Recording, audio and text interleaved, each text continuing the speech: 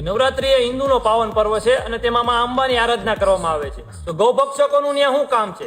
કેમ કે ગાયને રોટલી સાથે ખાવાવાળો અને ગાયને રોટલી ખવડાવવાળો એક સાથે બેસીને કોઈ દિવસ માની આરાધના ન કરી શકે.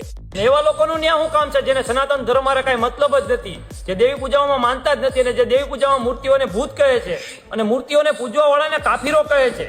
તો આવા લોકો હિન્દુ નવરાત્રીમાં આવે તો કયા કારણથી આવે? જો હિન્દુઓમાં આસ્થા જ નથી તો આવા લોકોને હિન્દુ નવરાત્રીમાં આવવાનું કારણ શું? અને આવા લોકોને આપણે પ્રવેશ નિષેધ કરીએ તો કઈ રીતે કોમી એકતા તૂટે?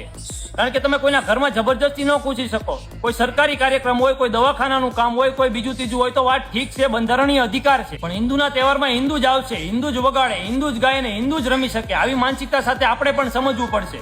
કેમ કે નથી ગમતી એને મારી અંબાની આરતી કે નથી ગમતો એને કપાળે કંકુનો ચાંદલો, તો આવા લોકોને હિન્દુ નવરાત્રીમાં શું કામ છે?